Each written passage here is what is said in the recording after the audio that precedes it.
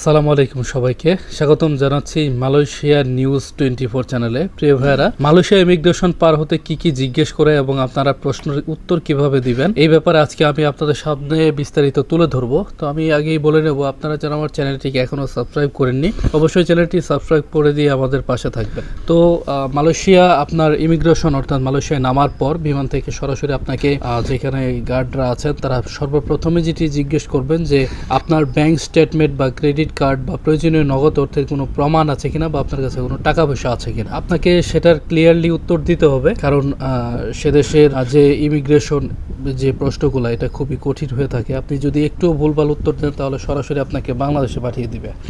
দ্বিতীয়ত আপনাকে জিজ্ঞেস করবে যে আপনার যে কাগজগুলো আছে, আপনি যে ভিসা নিয়ে মালয়েশিয়ায় গিয়েছেন সেই ভিসার তথ্যগুলো সঠিক কিনা বা আপনার যে পাসপোর্ট আছে সেটা তথ্যগুলো সঠিক কিনা সেটা যাচাই করবে। সেখান থেকে আপনাকে কিছু প্রশ্ন জিজ্ঞেস করতে পারে, যেমন আপনি কোন কোম্পানিতে ভিসায় যাচ্ছেন বা আপনি কত দিনের জন্য যাচ্ছেন বা আপনার কাজ কি হবে।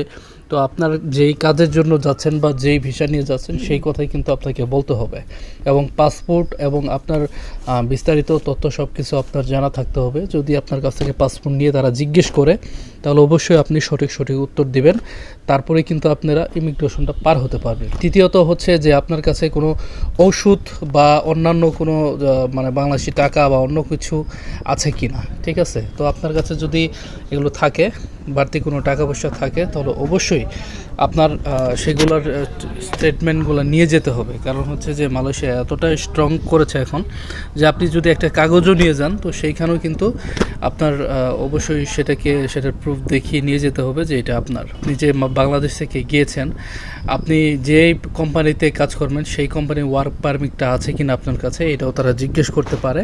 তো আপনার যা করতে যাচ্ছেন সরাসরি উত্তর দিতে হবে। তো আপনারা যারা বাংলাদেশ থেকে যাবেন তারা অবশ্যই এই ব্যাপারগুলো খেয়াল রেখে তারপরে মালয়েশিয়া যাবেন। ইনশাআল্লাহ মালয়েশিয়া খুলে যাবে খুব দ্রুতই, এবং এই সপ্তাহের শেষের দিকেই আপনাদের মেডিকেলের একটা সংবাদ আসতে পারে। সেটা অবশ্যই আমি আসলে আপনাদেরকে জানিয়ে দেবো এই চ্যানেলের মাধ্যমে। ধন্যবাদ, ভালো থাকবেন। দেখা হবে পরের কোনো আপডেট খবর নেই। সে পর্যন্ত আপনার সুস্থতা কামনা করছি। আসসালামু আলাইকুম।